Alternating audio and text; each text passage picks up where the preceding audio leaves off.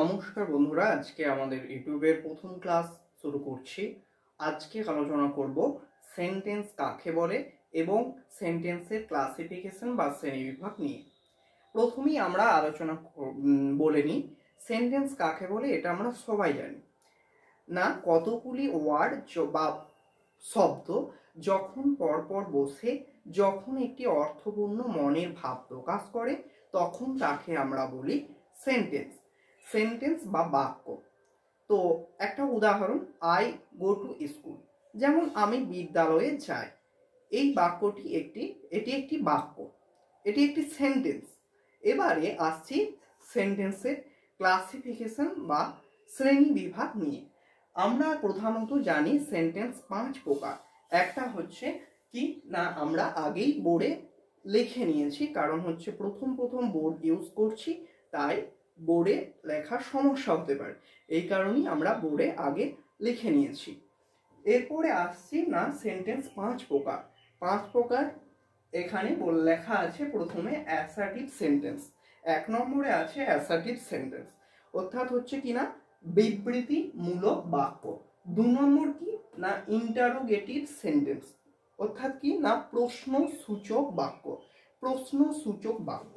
3 নম্বর কি না imperative sentence. Imperative sentence কি না আদেশ, অনুরোধ, উপদেশ ইত্যাদি বোঝালে সেটা হচ্ছে ইম্পারেটিভ সেন্টেন্স। অপটেটিভ সেন্টেন্স কি না হচ্ছে প্রার্থনা সূচক বা ইচ্ছাবোধক বাক্য। ইচ্ছাবোধক বাক্য এটা কি না ইচ্ছাবোধক বাক্য। আর এক্সক্লেমেটরি সেন্টেন্স কি না এক্সক্লেমেটরি সেন্টেন্স হচ্ছে বিস্ময় সূচক বাক্য। এবারে আমরা একে একে দেখে নেব উদাহরণ সহকারে এবং কিভাবে চেনা হয় সেটাও জেনে নেব। প্রথমে আসছি অ্যাসার্টিভ সেন্টেন্স। যে বাক্যে কোনো কিছু বিবৃতি বোঝাতে ব্যবহৃত হয় তাকে বলা হয় অ্যাসার্টিভ সেন্টেন্স। অ্যাসার্টিভ সেন্টেন্সে উদাহরণে কি দেখা আছে, আই গো টু স্কুল, আমি বিদ্যালয়ে যাই। তাহলে এটা একটা কোনো কিছু বলা বুঝাচ্ছে, আমি বিদ্যালয়ে যাই, তাহলে সেটা হচ্ছে অ্যাসার্টিভ সেন্টেন্স। আই রিড বুক, আমি বই পড়ি, এটা তারা একটা বিবৃতি বোঝাচ্ছে। আমি কি করি না বই পড়ি, তাহলে এটা একটা বিবৃতি বোঝাচ্ছে, আমি একটা ভাব প্রকাশ করছি বা কোনো কিছু বলছি, তাহলে এটা হচ্ছে অ্যাসার্টিভ সেন্টেন্স। অ্যাসার্টিভ সেন্টেন্সের সহজ চেনার নিয়ম হচ্ছে না একটা ফুল স্টপ চিহ্ন থাকবে। 2 নম্বরে আসছি ইন্টারোগেটিভ সেন্টেন্স। যে বাক্য দ্বারা কোনো কিছু প্রশ্ন জিজ্ঞাসা করা বোঝায়, কোনো কিছু প্রশ্ন জিজ্ঞাসা করা বোঝায়, সেটা হচ্ছে ইন্টারোগেটিভ সেন্টেন্স। ইন্টারোগেটিভ সেন্টেন্স অর্থাৎ প্রশ্নসূচক বাক্য। এবারে এখানে উদাহরণ দেখা যাক। এবার বলে দিই ইন্টারোগেটিভ সেন্টেন্স 2 ধরনের হতে পারে। একটা হচ্ছে ভার্ব দিয়ে শুরু হতে পারে ইন্টারোগেটিভ সেন্টেন্স, আরেকটা শুরু হতে পারে WH ওয়ার্ড দিয়ে, যেমন হচ্ছে হু, হোয়াট, হুইচ, হোম, এসব দিয়ে WH ওয়ার্ড দিয়ে শুরু হতে পারে। প্রথমেই আমরা যে এক্সাম্পলটা দেওয়া আছে সেটা আমরা দেখে নিই। Are you going to school, তুমি কি বিদ্যালয়ে যাইতেছ? এটা জিজ্ঞাসা চিহ্ন দেওয়া আছে, তুমি জিজ্ঞাসা করছে, তাই এটা হচ্ছে একটা প্রশ্ন সূচক বাক্য। আর হু আর ইউ, আমি একটু আগে বললাম WH ওয়ার্ড দিয়ে শুরু হয়, তুমি কে, ঠিক আছে, হু আর ইউ, তুমি কে, তাহলে এটা একটা প্রশ্ন বোঝাচ্ছে, তার জন্য এটা হচ্ছে একটা ইন্টারোগেটিভ সেন্টেন্স। ইন্টারোগেটিভ সেন্টেন্সে সহজেই চেনা যায় না এটা একটা জিজ্ঞাসা চিহ্ন থাকে, বোঝা গেল। তাহলে ইন্টারোগেটিভ সেন্টেন্স হচ্ছে প্রশ্নসূচক বাক্য এবং জিজ্ঞাসা চিহ্ন থাকলে সেটা হচ্ছে ইন্টারোগেটিভ সেন্টেন্স। এবারে আসছি ইম্পারেটিভ সেন্টেন্স। ইম্পারেটিভ সেন্টেন্স কি না যে বাক্যের মাধ্যমে আদেশ, উপদেশ, নির্দেশ প্রভৃতি দেওয়া বা অনুরোধ জানানো হয় তাকে বলা হয় ইম্পারেটিভ সেন্টেন্স। ইম্পারেটিভ সেন্টেন্স হচ্ছে আদেশ, উপদেশ, নির্দেশ। যেমন এখানে কি বলা আছে এক্সাম্পলে, ডু নট ডিস্টার্ব মি, আমাকে গোলমাল করো না।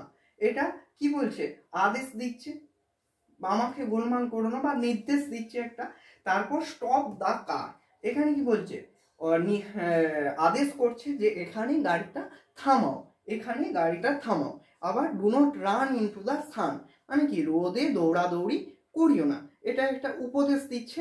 আবার please give me a glass of water, যেমন দয়া করে আমাকে এক গ্লাস জল দাও, এটা একটা কি অনুরোধ বুঝাচ্ছে, তখন সেটা হচ্ছে ইম্পারেটিভ সেন্টেন্স। তাহলে ইম্পারেটিভ সেন্টেন্সও আমরা বুঝে নিলাম। তারপরে হচ্ছে অপটেটিভ সেন্টেন্স, যে বাক্য দ্বারা কারো মনের প্রার্থনা বা ইচ্ছা বা মঙ্গল কামনা প্রকাশ পায় তাকে বলা হয় অপটেটিভ সেন্টেন্স। তাহলে এখানে এক্সাম্পল কি দেওয়া আছে, মে গড ব্লেস ইউ, ভগবান তোমার মঙ্গল করুন। ঠিক আছে, কোনো ভগবানের কাছে আমরা তার তোমার মানে তার মঙ্গল কামনা করছি, তাহলে এটা একটা হচ্ছে অপটেটিভ সেন্টেন্স। বা মে ইউ বি হ্যাপি, তুমি সুখী থাকো বা তুমি সুখী হও, এটা একটা কিন্তু আমি প্রার্থনা করছি বা আমার একটা মনে ইচ্ছা প্রকাশ করছি, তখন সেটা হচ্ছে অপটেটিভ সেন্টেন্স। তাহলে যে বাক্যের দ্বারা হচ্ছে কারো ইচ্ছা বা মঙ্গল কামনা প্রকাশ পায় সেটা হচ্ছে অপটেটিভ সেন্টেন্স। এবারে আসছি আমরা এক্সক্লেমেটরি সেন্টেন্স। এক্সক্লেমেটরি সেন্টেন্স কাকে বলে দেখে নেওয়া যায়, যে বাক্যের দ্বারা দুঃখ, আনন্দ, বিস্ময় প্রভৃতি প্রকাশ পায় তাকে বলা হয় এক্সক্লেমেটরি সেন্টেন্স। এক্সক্লেমেটরি সেন্টেন্সের বাংলা হচ্ছে বিস্ময় সূচক বাক্য, বিস্মিত হচ্ছে। যেমন এক্সাম্পলে কি দিয়েছে, hurray we have won the match, কি আনন্দ আমরা ম্যাচে জয়লাভ করেছি, তাহলে এটা একটা হচ্ছে এক্সক্লেমেটরি সেন্টেন্স, বিস্ময় সূচক বাক্য। তাহলে এক্সক্লেমেটরি সেন্টেন্স কি কি হয়, হুররে, অ্যালাস, ওহো, ঠিক আছে, হাই হাই লোকটা মারা গেল, কি এই বিভিন্ন এক্সক্লেমেটরি সেন্টেন্স প্রকাশ করা হয়, মানে হচ্ছে দুঃখ, কোনো কিছু দুঃখ, বেদনা, বিস্ময় ইত্যাদি প্রকাশ করা পাবে এক্সক্লেমেটরি সেন্টেন্স দিয়ে। আমরা শর্টে একবার দেখে নিই। অ্যাসার্টিভ সেন্টেন্স যেটা হচ্ছে বিবৃতি বোঝাবে এবং ফুল স্টপ চিহ্ন থাকবে।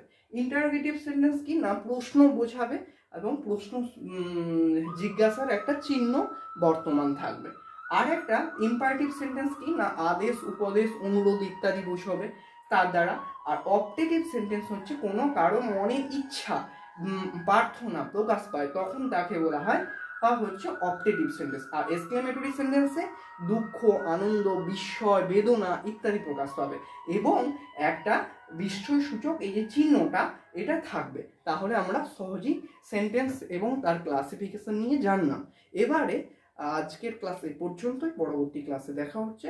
আর কিছু ভুল ত্রুটি থাকলে প্রত্যেকেই প্রথম ভিডিও বলে একটু ক্ষমার চোখে দেখবেন।